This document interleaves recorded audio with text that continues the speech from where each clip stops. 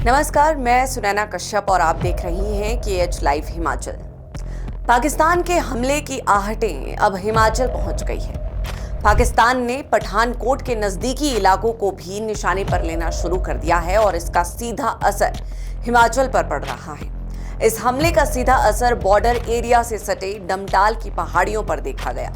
इस क्षेत्र के आसपास के लोग बताते हैं कि डमटाल में पहला धमाका सुबह 10:30 बजे के करीब हुआ, जबकि दूसरा दोपहर करीब 12 बजे हुआ। हालांकि इससे जुड़ी कथित वीडियोस सोशल मीडिया पर वायरल है, मगर अफवाहों से बचने के लिए SDM डमटाल डॉक्टर सुरेंद्र ठाकुर द्वारा दी गई जानकारी में इस हमले में एक लड़की को हल्की चोटें आई हैं। प्राथमिक उपचार के बाद उसे अस्पताल से छुट्टी दे दी गई है। उन्होंने ये भी बताया है कि दोनों जगह धमाके के बाद कुछ मलबा मिला है। पुलिस ने मलबे को कब्जे में ले लिया है। इनकी जांच जारी है। ये मिसाइल थी या रॉकेट, जांच के बाद ही स्पष्ट हो पाएगा। यानी पाकिस्तान ने हिमाचल प्रदेश में 2 बार हवाई हमले को अंजाम दिया है। हिमाचल का इंदौरा क्षेत्र पंजाब के पठानकोट के साथ लगता है और ये दोनों धमाके पठानकोट से कुछ दूरी पर स्थित हिमाचल के डमटाल में हुए हैं। डमटाल के अंतर्गत पड़ते गांव माजरा में, जो पठानकोट एयरबेस के साथ लगता गांव है, वहां पर सुबह करीब 5 बजे भारतीय सेना ने एक ड्रोन को भी मार गिराया, जिसकी सूचना मिलते ही थाना प्रभारी डमटाल कल्याण सिंह, पंजाब पुलिस और अर्धसैनिक बल मौके पर पहुंचे। ड्रोन के अवशेषों को टीम अपने साथ ले गई है। यही कारण है कि हिमाचल सरकार ने पंजाब से सटे इलाकों में पहले ही सुरक्षा के मद्देनजर कड़े इंतजाम करने के आदेश जारी किए थे।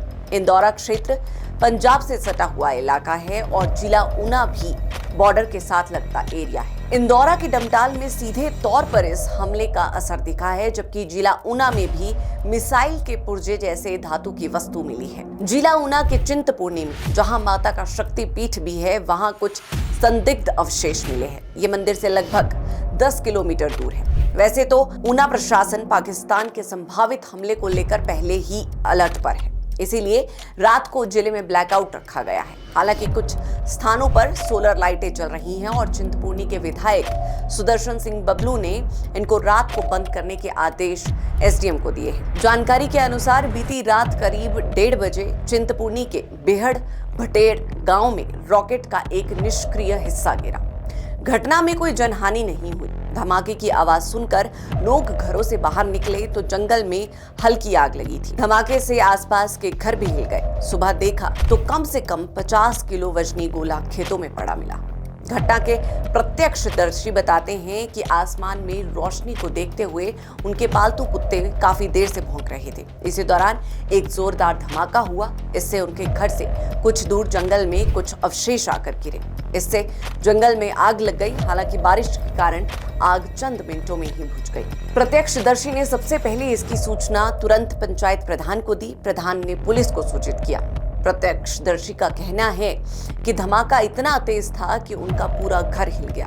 बेहड़ भटेड़ गांव में रॉकेट से किए इस हमले में फिलहाल किसी भी प्रकार के जानी नुकसान की सूचना नहीं है। स्थानीय लोगों ने आज सुबह रॉकेट पार्ट देखकर इसकी सूचना पुलिस को दी। इसके बाद चिंतपूर्णी पुलिस मौके पर पहुंच गई और जांच के लिए एक्सपर्ट मौके पर बुलाए गए।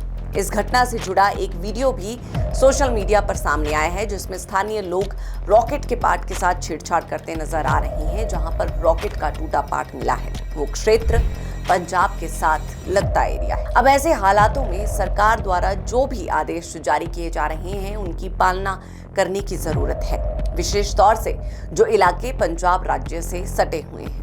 साथ ही अफवाहों से बचने के लिए केवल आधिकारिक पुष्टि वाली जानकारी पर ही एतबार करें। कोई भी संदिग्ध चीज दिखे तो तुरंत पुलिस या प्रशासन को बताएं। हिमाचल प्रदेश के कई जिलों में सुरक्षा व्यवस्था कड़ी की जा रही है। जो भी आने वाले समय में जिस प्रकार की भी चुनौतियां हमारे दुश्मन देश से आएगी, हमने कहा है कि हम सब प्रकार से तैयार हैं। 2-3 जो ड्रोन के शेल्स हैं या मिसाइल्स के जो शेल्स हैं, वो हमारे इंदौरा और उस बेल्ट में मिले हैं। तो हमने ये भी कहा है कि जैसे ही पंजाब में जो एसओपी लागू होती है युद्ध की तरह, वो नूरपुर और इंदौरा के सब डिवीजनों में दी जाए। डिप्टी कमिश्नर से मैं संपर्क में हूँ। अभी डीजीपी साहब आए थे, डीजीपी अजय यादव जी भी आए थे, उनसे मेरी बातचीत हुई है और मेरी चीफ सेक्रेटरी साहब से भी बात हुई है। उन सब लोगों ने हमारी जो आने वाले समय में जैसे जैसे ये लड़ाई एस्केलेट होती है तो हमें क्या मेजर्स अपनाने चाहिए, उस दिशा में हम कार्य कर रहे हैं। सर ये क्या सारा मामला है? एक मिसाइल है क्या? सर अभी थोड़ा आधा घंटा पहले यहाँ पे कुछ आवाज सुनाई दी धमाकों की, तो उसको उसी पे फॉलो करते हुए हम यहाँ पे आए। तो यहाँ पे इस एरिया को सिक्योर किया है। यहाँ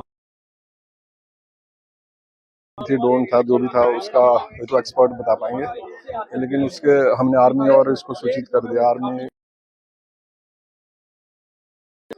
वो इसको एनालिसिस करेंगे कि किस प्रकार का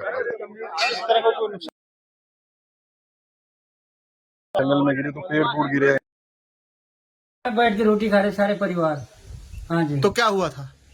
तो चिंगारा जैसा आया, झटके नाली मकान हिले तो सीढ़ी टूटे, तो लड़की का इधर लग गया, बस जख्म भी नहीं है वैसे, तो हॉस्पिटल लिया हुआ। सारे ये शीशे से सारे टूट गए, ये खिड़की के सारे। ये कितने बजे हुआ था धमाका? 15-20 मिनट हुआ। नहीं, 11 बजे। सारे शीशे सारे बर्बाद हो गए मेरे तो घर। तू ही कितने इस टाइम? मैं इधर ही थी, लागे बैठी थी तो धमाका।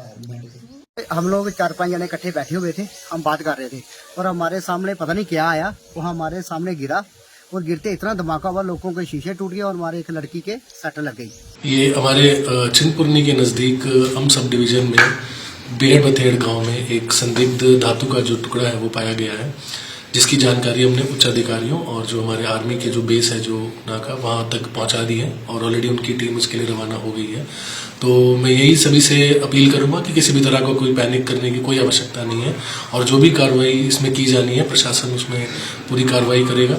और आपको कोई भी जानकारी आगे मिले तो आप कृपया जल्द से जल्द अपने निकटतम थाने को इसकी जानकारी दें या अपने अधिकारियों को या पंचायत प्रधान को इसकी जानकारी दें, ताकि उसमें इमीडिएटली हम एक्शन ले सकें।